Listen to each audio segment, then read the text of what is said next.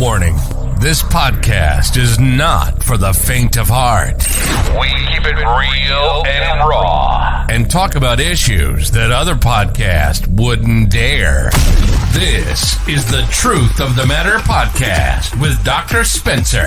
Step into our world. What do you do if you fall in love with one of your kid's friends who's over 18? How do you handle getting caught in bed with your boss? Why do girls like bad boys?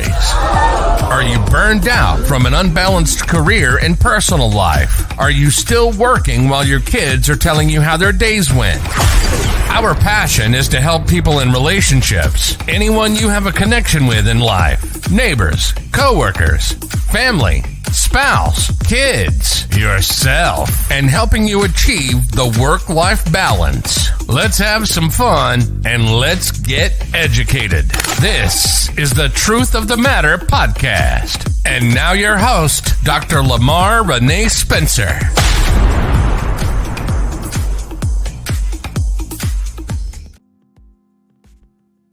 Woo-hoo! All right, you know who it is, Dr. Lamarr Renee Spencer, and welcome to the Truth of the Matter podcast with yours truly, Dr. Spencer.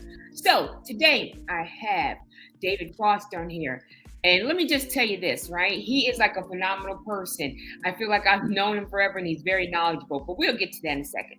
Anyway, I posted a question online about having to choose between career and family. And, you know, some of the situations that people may have gone through that they like to share. I know for one, I've had to go through that, and it's always a constant battle. And I mean, at this point in my career, I'm like, why do I even have to still go through this? But I do. It's almost like having a working document. So anyway, David, thank you so very much for responding. I want to hear everything you have to say and your experiences. I'm sure you can teach us a thing or two about a thing or two. So, David, take it away. So what is some of your experiences that you have gone through or your experience? Yeah, so I'm a veteran, 22 years. I was 12 years active duty. And when I got married in 2006, I thought I had it all together. I'm like, all right, became a Christian in 2002, went through some marriage enrichment courses, went premarital counseling, even had my fiance at the time had a cyst on her ovary and really had to learn how to serve her when I was engaged and almost had to pay a $25,000 bill. Praise the Lord that the Catholic diocese paid the bill. So very much glad for that. But I thought, I'm like, all right, follow biblical principles and go over and just do my military job. I should have a successful marriage. It wasn't at all. I didn't understand it mentally, emotionally, socially, spiritually, and even sexually. So I had a big, giant mess.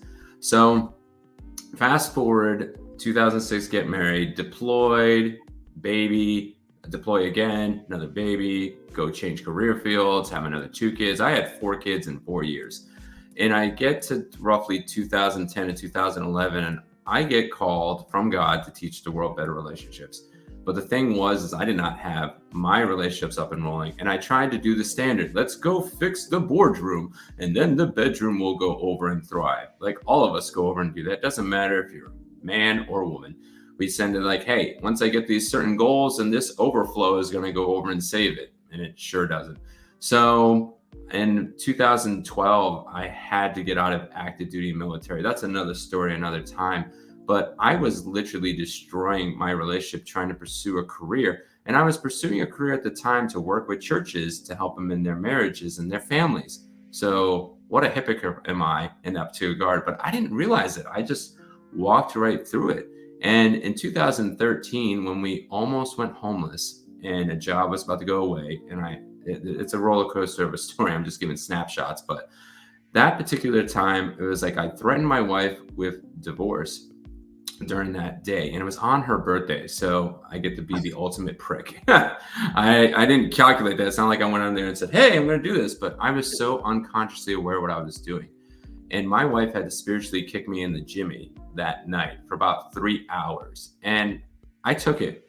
And I had to really start reflecting. So in that particular regard, I was trying to hold on to this business career. It was named Perspectives and Reflections at the time. It sounded more like a spa now that I look at it. It was not for helping relationships. Everybody's like, do you run a spa? I'm like, no. Perspectives and Reflections, what road is it off? No, it's not anything like that. It was not at all. So it wasn't even the right name for the business at the time. And I had to literally take my career, like business idea, and put that on hold because I was going to lose my marriage. I was going to lose my family and everything else. So I had to start reflecting, what am I doing mentally in this marriage, and what am I bringing? What am I bringing emotionally, socially, spiritually, and sexually? And I had to rotor through that entire mess, and I had to give up my business for at least 5 years. And I thought it was going to be longer than that, to say the least. And thank the Lord, through transformation and godly people and lots of study and prayer, and my wife going over and healing while I was going over and doing that, I was able to then finally do it the right way. And the way we do it the wrong way, and I'm going to say all of us, and I don't care if the whole world knows, we do it but backwards. I won't cuss because I don't know if your podcast is TVMA, so I'm just going to call it what it is. And I typically don't cuss, but you know what I mean. So we do it backwards, and we do it from like, hey, let's go fix the boardroom, get that all set up, and then my marriage, and then my family, and then my kids get better. No, we have to go do it from the bedroom to the boardroom. And that was my 5-year ordeal of learning to go over, not just say things, because I had a lot of wisdom. I found out I had the gifting just a couple of years ago. My wife pointed it out, but I never applied it. So it doesn't matter if you have it in your head. If you can have head knowledge and heart knowledge. If you're not going over and executing both together, then in no application, then it's not truly wisdom anyway. It's just information. So I had to go through that. And the backwards way we do it is the boardroom and then fix it. We're actually supposed to go in the bedroom. Our bedroom needs to be our most intimate relationship. If you lose a job, or if you go homeless, which I've been almost both several times, that your bedroom relationship is solid if you're investing to it every single day. It's kind of like stocks in the long term of the investment. You just don't go for the short stocks and expect to be held onto it. You invest into growth stocks and whatever, and you go for the long ride. It's the same thing. If you want a thriving relationships from bedroom to boardroom, you have to pour into the bedroom, and it has to be an overflow, like this cup. Mm-hmm. I did the exact opposite. I was drilling a hole in my cup, filling from the bedroom and living room, and trying to fill it into the boardroom. And then I'm wondering, why is my cup empty? Because I'm not overflowing out from the bedroom to the boardroom. So that's a quick synopsis of what happened in my life in that particular regard. So I'll let you go and ask more questions. I probably dropped a lot of information. So no, that's okay. At what point did you say, look, I got to fix this, or I need to go back and like self-reflect? Was there like a stopping point that you said, wait a minute, let me put the kibosh, let me think about this? It was that day, because it was like 3 hours of everything those past 7 years. I didn't realize I was verbally abusive. I didn't realize I was gaslighting. I didn't realize I did all these things. All this brokenness that came from my bedroom and living room when I was a kid was pouring into my new bedroom, in a sense. And then I had kids, so it was pouring out. Like, my nickname back in the day was the ranting dad. I was that guy that just ranted and verbally spewed everywhere. And then my kids did things out of fear. My wife did things out of fear, trying to go please me. And it doesn't work with God, and it doesn't work with people. You don't go and please God. We trust God, and we need to trust the people that we're with, and they have to build that trust in that particular regard. So I had to build trust back. It was just fortunate and blessed that the Lord gave me a visual. Everything I did from like the day I got married all the way to 13, when she was giving me that spiritual jump kicking. So when she was doing that, because she's a highly conscientious person, so very detailed oriented. So all the things I did right there, and just God gave me a visual of like all that stuff. So it was from that day. It didn't like instantaneously change, but that's when I started it that day. I'm like, I'm a mess. I didn't know the acronym at the time when I made it, but I didn't realize I was mentally, emotionally, socially, spiritually, and sexually messed up. I was using sex as package management. I was socially not getting stuff at work. So then I was reflecting that at home. The job, because the jobs were a roller coaster. I went through 70 jobs between 2012 to 2019. And I think at that 13 point, I already went through like 5 or 10 jobs and 2 moves. So all that stuff was pouring, but I was trying to use the boardroom to solve my bedroom and living room ops.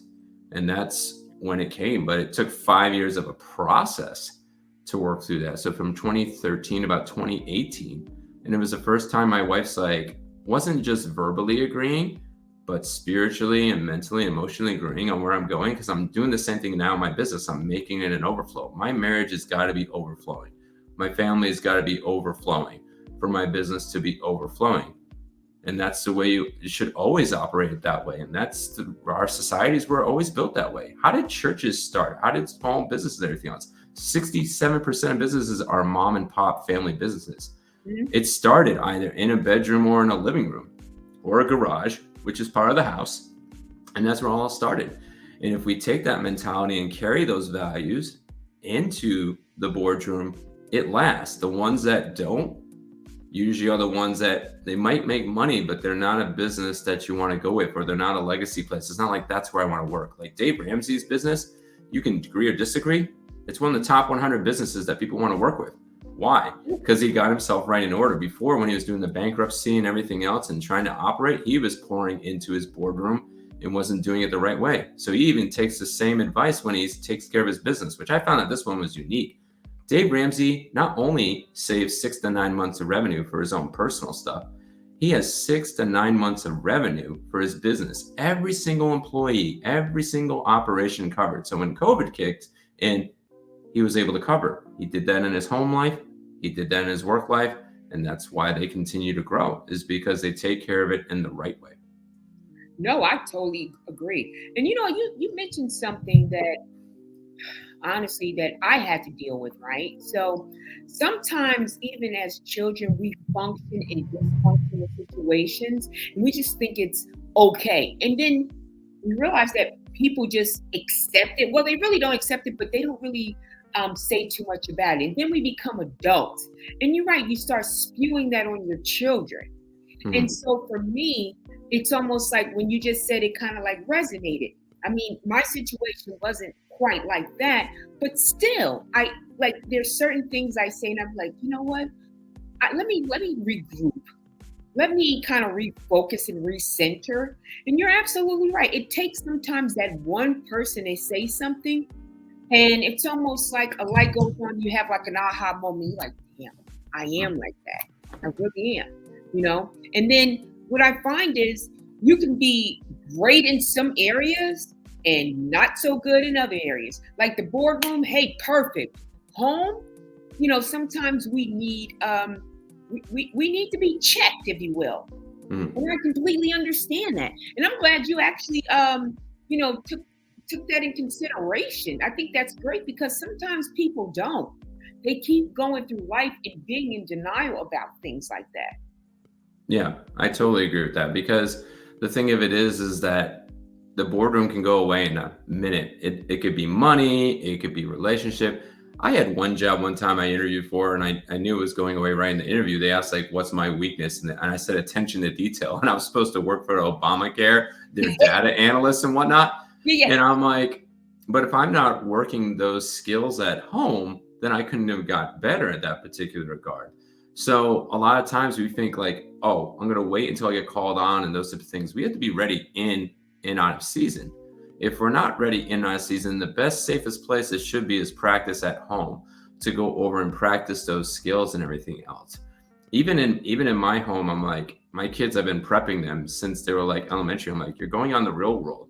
It's not going to be like all nice and fluffy and everything else. You won't have the in-depth relationships at first, but if you don't practice those skills, because my kids try to say it all the time, like, oh yeah, I'll do it when I need to. I'm like, that's too late in the game. Yes. You can't just go get up and do a speech like on the fly. You might have the natural gifting, but eventually you're going to flop. I mean, or anything else you're going to go over and do. Natural giftings only carry so long. You take a natural gifting and you cultivate it. And if it's something that's a weakness, you have the opportunity, and hopefully your family allows you to practice that weakness so it can at least become, it might not be the strongest thing, but at least you can go over and do whatever it is. It could be social engagement, it could be emotional, it could be relational, it could be conversation. Like one thing I'm working right now with my son is summary. He likes to go super long, and it's awesome, but sometimes you're not going to have the super long time to go over and to speak. So we practice that at home, so when he gets into that world, he can connect with all the people, not just connect with some of the people. That is a great idea. That is a great idea. So you practice like giving like summaries with him? Is that what you said? Yeah, so he likes talking about Minecraft. It's like one of his favorite things and Yeah. whatnot. And I say, hey, I'm putting a timer. It's 2 minutes. You give me 2 minutes summary of what you're talking about. So teaching him how to summarize, because sometimes in sales, if you get that dominant person, they want less. They want the bottom line. So if you don't give them the bottom line and show them how they get the results, it could be the greatest product in the world. They don't want to have that. It's the same thing in dating. You might have that person who's like, I know exactly what I'm looking for, and you're dating them and they need to have that. Or if you're running shoulder to shoulder with your spouse, you might only have 2 minutes to go over and convey how much you love them, and you don't have time to write a sonnet, so some shorter words might be worthwhile. So that's, hoping to cultivate that with him. But the whole summary of that is to go over and to just practice those things in the home, no matter where it is. And that's how you go over and get better. I never thought about that. You're absolutely right. Because even with me, if it could be a salesperson. Within the first minute or two, I know whether or not I'm interested. I'm like, okay, you know what? Let's wrap it up. And I thought that was probably because being in finance for so many years, that it's just, you're right. It's quick. They just want to know the bottom line. You're absolutely right. So like for a person who tends to be long-winded, because, people will say, make a long story shorter, I'm getting to the point. What would you recommend for a person like that? Even with children, because some children are very long-winded. It takes them a long time to get to the point. It's going over and practicing and knowing their personality style. So to tie everything back, the part of the mess that I learned, starting with my wife and then into my kids and then into the people I work with, was about the social side and the mental side. Those two carried the most. But those things are behaviorally driven. I was not adjusting to my wife's personality style. My wife was very conscientious, but she also could be direct, but she was also very sweet, and she could go and shift back and forth in those things.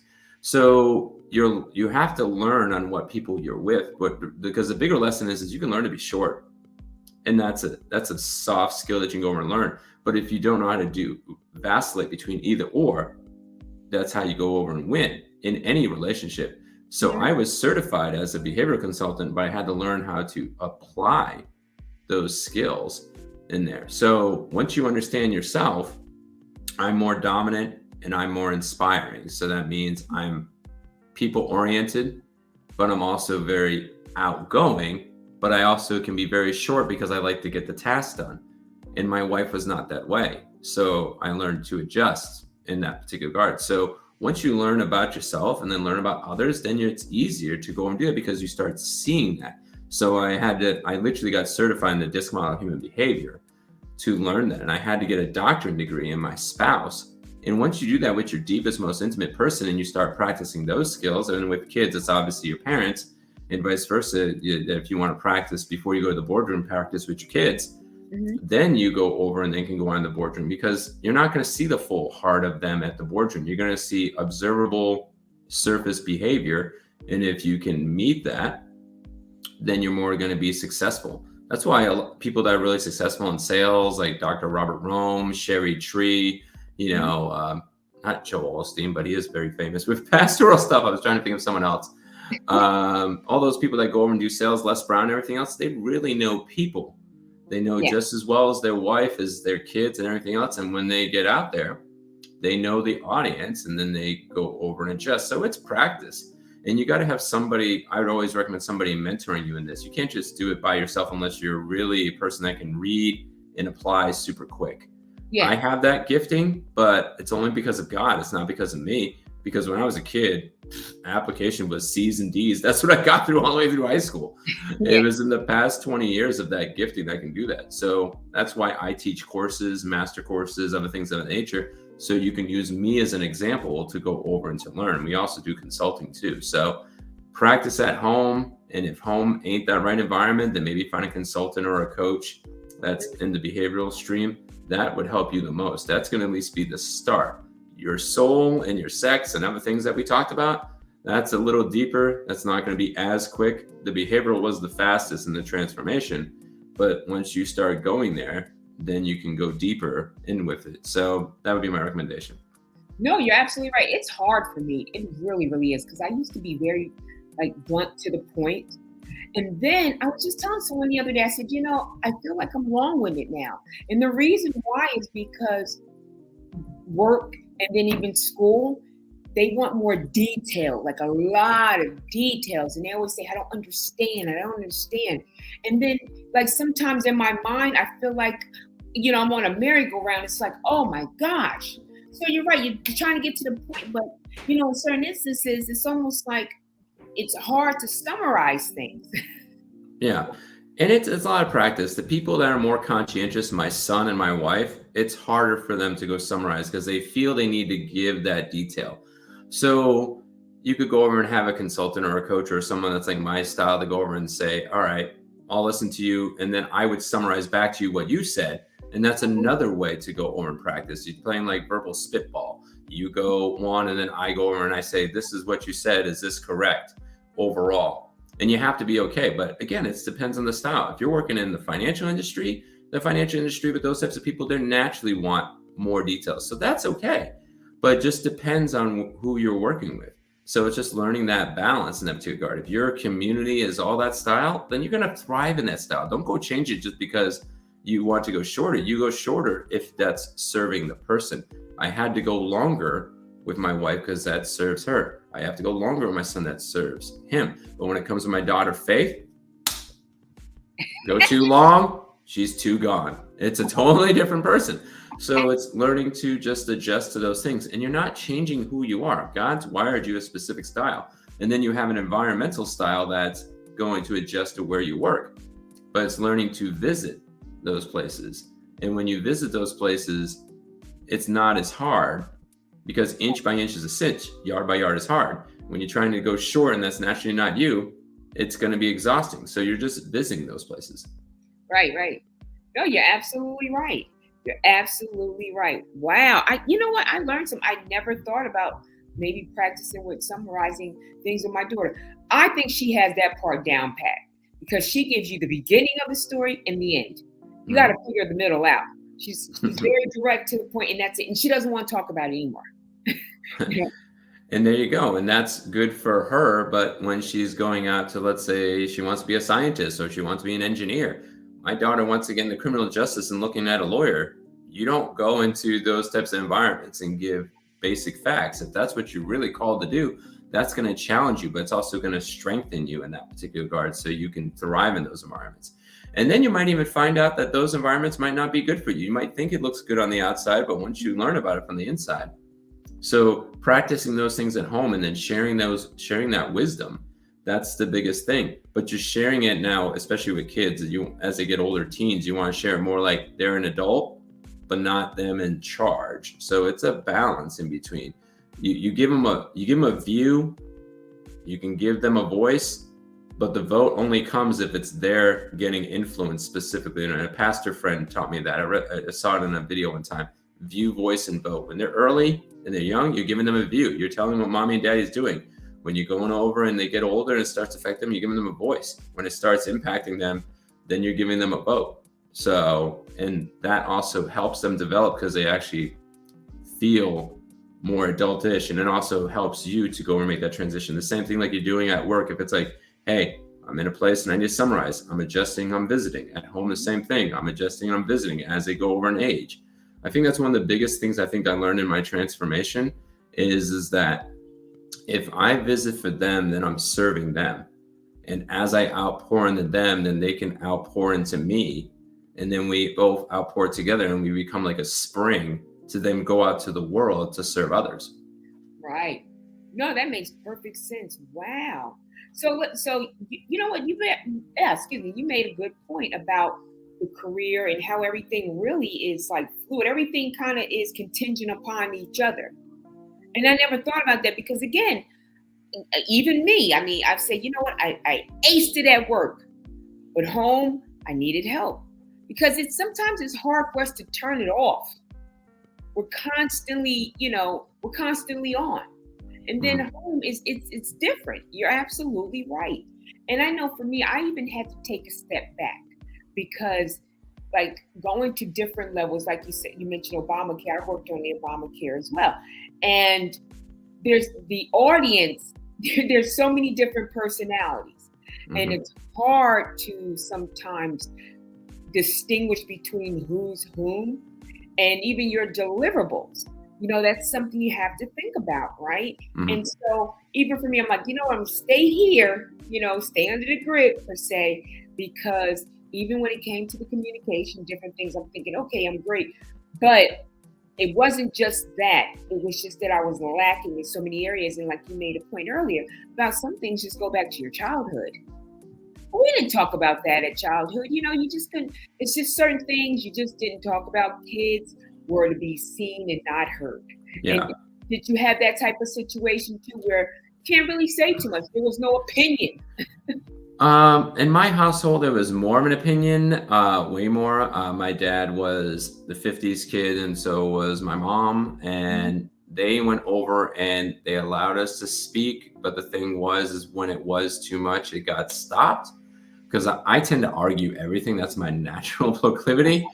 I mean, our family went over and did that. But you're right. It's like if you don't go over and work back, because I had to really not just work out the bedroom with my marriage. I had to work out the bedroom from my childhood. My parents got a divorce. I lost my brother. I got sexually molested as a kid. Those three things then tied with the mess. So you might not be short because you thought you were never listened to, or you might go long-winded because you didn't feel respected. The brokenness from the past, if you don't work through it, you're emotionally mature on where you stopped. And I didn't realize I was 15 years old. When my brother died, that's when I stopped maturing. And then I just stayed there. And like a plant, you're either growing or you're dying. So I was dying inside from 14 until about 30. But I was still that 14-year-old boy from when my brother died that day. And that when the marriage, it just went over and I just kept doing the same things over again. And like, out of my hurt, I'm going to go do this. And out of my hurt, I'm going to go over and do this. So the only way you can go over and grow is by going over and working through that stuff. The behavioral was the start, but I really had to work through the emotional, the sexual, the social, all those other things. So no matter what it is that we're bringing, if we don't start working it through the bedroom to the boardroom, we're going to bring those hurts at work. We don't do it as transparent as we're doing in this podcast or at home, but part of those things go over and do that. If someone reminds you of, let's say, your father or your mother or a friend that you got hurt from in school, or your best friend or your first love or anything else, or, you will go over and carry that if you don't go over and go through the healing process. And that was even myself. I'm like, I didn't even realize the sexual molestation part. I didn't realize it until I was way in the military. I was like 16 years, I think, in the military. And I was teaching on this stuff. Wow. And I didn't realize that I was one of those 7 men that have gone through that. So, and it wasn't that went over and broke me. I didn't deal with that. I didn't deal with my parents' divorce. It was my brother's death that basically made me, that's when I stopped growing and I started to die. And that's where it all, so yeah, I'm like, it was God's blessing that at least I started working on it through then in 2013. Could you imagine now?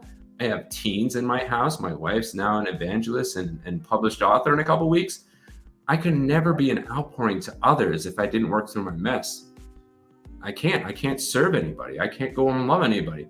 I'll just passively go through life. And that's what we do a lot of times. Until we go over and heal, we could be in a dead-end job from hurts from our past or values on money or anything else. If we don't work through our hurts, we don't get into our destiny. That is the whole thing of my mission, is to help my community, military veterans and first responders, to thrive from the bedroom to the boardroom. I want you to get into your destiny. I want you to go over and to see that ticket taker going over and letting you get on that train of destiny, as John Lynch talks about in the book, The Cure. That's the whole thing. And that's how you go over and get freedom. But the bedroom, it might not be your bedroom from your past. You don't need to go back to your mom and dad if that's where the hurts came from, but you need to metaphorically go there to start working through that, to have that transformation. The truth has to come out. It might not be to every single person, but that truth needs to come out and the lies need to go over and get purged. You are 1,000% correct. You really are. And you're right. I mean, you have to get through that. I read a book, it was years ago, Ayana Van Zandt. She talked about that. It's called In the Meantime. And she talked about like understanding yourself from especially an emotional perspective, spiritually. And she talked about like your being or your body as a house. And she talked about, okay, you gotta like clean your basement out per se. So she used a lot of like metaphors as well. And she's absolutely right. Sometimes you gotta go all the way back to the beginning and understand, okay, what happened. And when you're going back, you're like, it's almost like an onion, or you're taking that Band-Aid off. And there's things that you may not even want to remember, right? You don't, because you don't want to deal with it. Because once you remember, now you got to deal with it. And then once you deal with it, it's like, well, how do I? Because sometimes, and I know I'm going to talk about that later on when it comes to like generational trauma. You know, we bring a lot of trauma from our childhood and we pass it on to our children. And it just keeps going, going, and going. And when you're when you want to be that one to break that trauma, you become like the outcast in the family.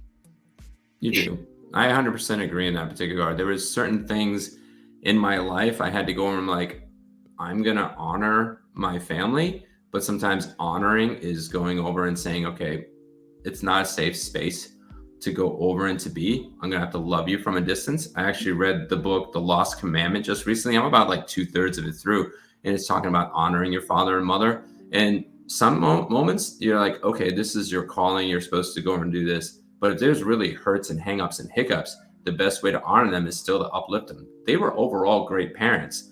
But the thing of it is that there was hurts and hiccups that I'm like, okay, it's not good for us to be in that close of proximity relationship. So don't ever feel bad if you have to go do that for a season. Once you can work through the hangups and hiccups, and then they can go work through the hangups and hiccups. And that's the thing about forgiveness that we get confused about. Forgiveness is just me going over and giving it to God. But reconciliation is when two people are working through it. And reconciliation for one person is going to look different than the other person, but that person needs to tell you what reconciliation is, no matter if it's a divorce, parent-kid issues, whatever it is, work stuff. That's when you can truly come back together, because then there's trust. And I had to do that for the 5 years of my marriage. What was reconciliation to my wife? Had to work through those things. And you have to be okay in time. There's a funny story about differences of opinion, is that before the trauma happened with me and my wife, I found out about this book, Positive Personality Profiles, DISC. This is what I was going to teach. And it was like 2007. I said, hon, God's called me to teach the world better relationships. I really want to go do this. I wasn't as refined in my calling at that point. It took her 8 months to say, hey, I think I'm on board of you learning this stuff. And I did. And I looked at the fictitious watch on my wrist and I'm like, it's been 8 months. But reconciliation or meeting together or coming together, it can be a while. But the thing is, if I didn't do that, imagine if I like said, hey, you just spiritually nut kicked me and I expect like 3 months because I'm a fast person to go work through this stuff. She needed that time to build that transactional trust. So no matter where your brokenness of relationship is at, forgiveness, you giving it to God, letting it go. Reconciliation is the person saying what they need to be healed and come back. So don't rush the situation. Go over and work through the situation. You want to live in the ED, not the ING. So you don't want to get stuck in the ING. The ING, we already are. You just have to learn to mature into what we already are called to be. I like that. No, you're absolutely right. Wow, the ING. I never looked at it that way. Yeah. And that's the thing too, about learning the truths. I had to learn the truth that I was redeemed, I was called, I was given people to go over and to minister to. I had blessings that I went over and had.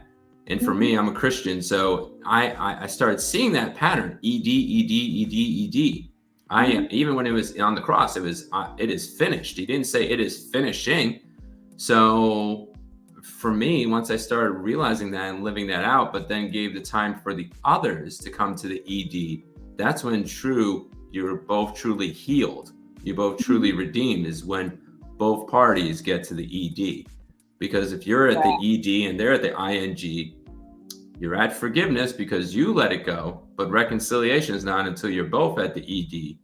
And it's always the best if you wait for both EDs to be done. Like, hey, this is what I need to do, but you're going to grow so much exponentially. There is no way I could have grown in those 5 years and continue to grow if I just, hey, I'm quote unquote arrived and you're not. Well, that means I have a shallow of a marriage or a shallow of a relationship with my kids, or I have a shallow relationship with a coworker or a partner because I'm rushing through the reconciliation part. Wow. That's you talked about being, I think, an evangelist, and you're in the church.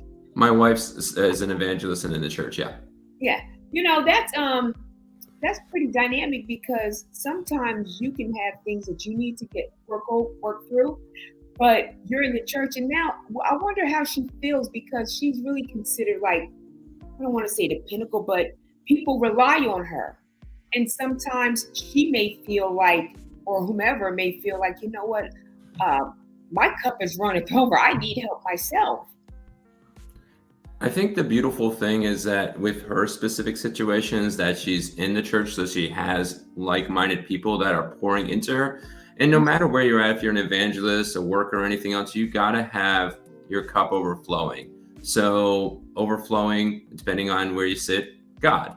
That's one that goes over and flows and continually goes over and flows. But there's people that can pour into your cup. You have to find the people that are faithful, available, teachable, and servants, have good fats to flow in there. A lot of the times that pastors, CEOs, veterans that are real high in status in the military and everything else, they're not getting poured into.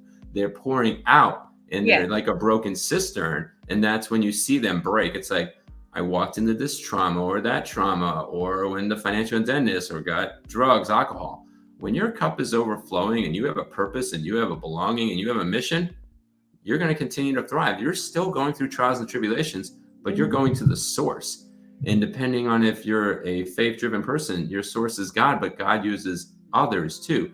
So my wife's had a blessing of a church that's going over and growing her. And then she had, people in her life. And then it was the right time, because if she would have wrote that book like 10 years ago, I was a person drilling holes in her cup, unconsciously doing that.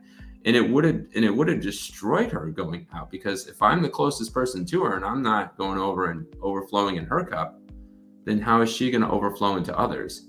So I think that's the biggest thing, no matter where you're at, even podcasters too. That's why community is so huge. It doesn't matter if you have a faith or not. When you have community, that's the way God had it in design. When we do things with God and with others, and we synergistically bring that together, and the right people in that community, then you go over and thrive. Yeah, you're absolutely right. Because I will say, I have met some phenomenal people that I don't know if I may meet them, may not, but they're like phenomenal people. You're right. Sometimes they'll come to me for help, but they're actually helping me too. They're getting me to see different things, or, from a different perspective that I never thought about, or I didn't want to think about it. Right? Sometimes you don't, because again, it's about dealing with it at that point. Yeah. And it's not easy. It's definitely not easy. But the thing of it is that even if you take a 1% difference, like how Tony Robbins, the other motivational speakers go over and talk about, if you do 1% a day and you actually did that, let's pretend it's working out. 1% a day. I got 1% better on my workout. By the end of the year, if I up 1%, it's 365%. So I could be Lego Batman and have a 9-pack of abs if I did 1% a day. So it's the same thing emotionally and spiritually and sexually and everything else. That 1% difference. It's the same thing we talked about behavior. Practicing that one time to say, hey, I need to learn to summarize better, because the people I'm connected with are more short in the sense of their thinking and what they execute. It's not a right thing. It's not a wrong thing. It's just a different thing.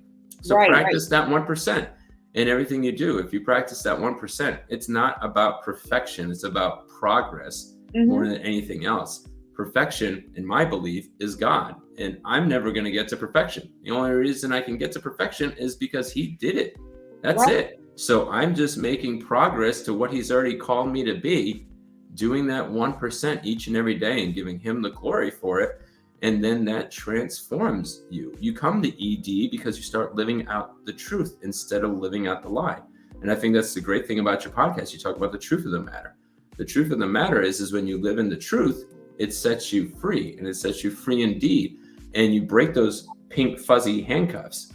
Anybody that goes over and lives in anxiety, depression, everything else, it's a hard battle, but it's pink fuzzy handcuffs. And when you go over and start living out the truth, not every day is going to be wonderful. It's not like it instantaneously breaks, but over time, you will go over it and be able to break those shackles and live in the truth. Because I have hard days too. That's like, and everything else. But the thing is when I go back to that truth, and those people that bring truth continuously, the right people, Right. then you go over and you live in the transformed, and then you can go over and thrive. And then the opportunities flow because they see you outpouring and they want to get what you're giving.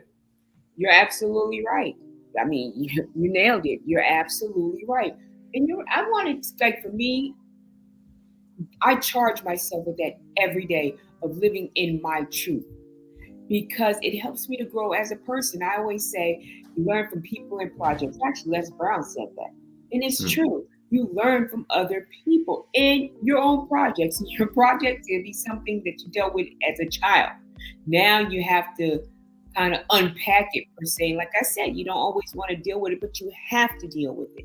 Sometimes you got to just go head on with the issue, because it's not going to go anywhere. It's like a cancer almost. Where I'm sorry, go ahead. No, I said I agree, because that's why we have this mental health pandemic in a sense now. We've had our COVID pandemic. Now we have this mental health pandemic, and people are going over and waiting. And in my community, I have 22 veterans a day that are making permanent solutions to temporary problems.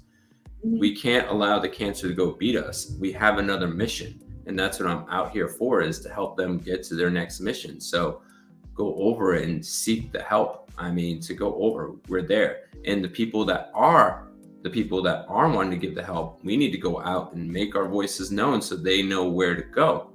So that's how we unpack it. And there's many options. You know, you have 988 now, you have the National Suicide Hotline, you have the VA and everything else. And don't get discouraged if those things don't work for you. Just contact a buddy. Anything else. People are out there. 60% of things don't happen because they're not asked. If you ask, if it's a volunteer, help in your life, thought process, money, anything else, you go over and ask, it typically is received. It might not be the first person, but it will happen. And that's the same. It's almost manifestation of anything. If we ask, it's received. If we seek, and we'll find. And if we knock, the door will be open. So right. But we have to do that. So, and let us, that people that already are equipped, to go over and to give and say, hey, we're one of the doors. Come knock. Yeah, you're absolutely right. Wow. You know, I have to say, we learned a lot of great things, and you even had me thinking, like, you made a lot of, now I have to reflect. Well, you gave me homework and don't even realize it. Yes, I always do a superhero challenge. So I guess my superhero challenge to your audience is to go over and to learn yourself. You can go to my Linktree. So it's Linktree/War Hero to Superhero. We have a book called Leave No Marriage Behind. We're launching a marriage course. You can even go look up the 2 most important questions you need to know in your life. Those are the 2 questions that transform me. So if anything resonated, I'm not holding it back. The 2 questions, you just go to the Linktree/War Hero to Superhero. You can find out those 2 questions that I wrestled with for the 5 years that transformed my life. Mm-hmm. Wow. Well, this has been, like I said, eye-opening for me. You gave me homework. So you mentioned the Linktree. So tell them, and of course, your socials and your contacts will be connected. But how can people get in touch with you? Because you have a lot of great information. Yep, the best way is that Linktree. So instead of you knowing 1,000 places to go in contact, and I recommend this for anybody that's doing any social media, if you just build a Linktree, which is basically a landing page, it's free initially. It's $6 if you want perks, but I do the free one for now. So if you go to Linktree/War Hero to Superhero, you can find all my socials, all my classes, all my speaking engagements, any books I go and publish, any sponsors I uplift, anything that you're wanting to connect. And that's a great thing too. If podcasters are out there, I'd highly recommend a Linktree and connect it just to your socials. And then anytime you go on a podcast, digital TV show, or anything else, you just give that one link and no one gets lost. because when you see it all, a confused mind does nothing. So Linktree/War Hero to Superhero. If you forget anything, because we don't write down anything anymore in this generation, just go to Linktree/War Hero to Superhero. Look for that in the show notes. Everything that I have that's connected to me, my TV show, my podcast, consulting, any veterans that I go over and sponsor, nonprofits, everything I go over and do goes through that page. Wow. Well, this has been a delightful, enlightening conversation. I really enjoyed it. I'm not rushing, but hey, David has other people he needs to help. Yep, I'm actually uplifting a veteran in the next interview, so I got to go over and do my due diligence and pour into their cups so they can pour into others. That's right. You got to pay it forward. But thank you so very much again. I really appreciate you coming on and enlightening us. Like I said, you gave me homework. I didn't want homework. You gave it to me, which is a great thing. You can wait until the weekend. Homework's good on the weekend. Absolutely. Well, thank you so very much again. I appreciate you coming on, like I said. And everyone, we are out of here. Again, David's information will be available when we post this. And thank you so very much again. I appreciate you. Yep, you're welcome. You've been listening to The Truth of the Matter with Dr. Spencer. Yes, we talk about taboo topics, but that's life, and we keep it real and raw. Our passion is to educate and enlighten. We hope you've enjoyed the show. If you did, make sure to like, rate, and review the show. And we'll be back soon. But if you have a unique relationship situation and you'd like help, or you're tired of having to choose between your career and personal life, Dr. Lamarr Renee Spencer is a life alignment strategist and a certified life, relationship, and business coach. So make sure to reach out on Instagram and TikTok at Dr. Lamarr Spencer, on Twitter at Dr. Spencer15, on Facebook at Dr. Lamarr Renee Spencer, and the website drlamarrspencer.com. Or go old school and call 973-214-6464. Don't forget to purchase the book, The Depth and Diversity with Relationships. Find it on Amazon and the website. See you next time on The Truth of the Matter.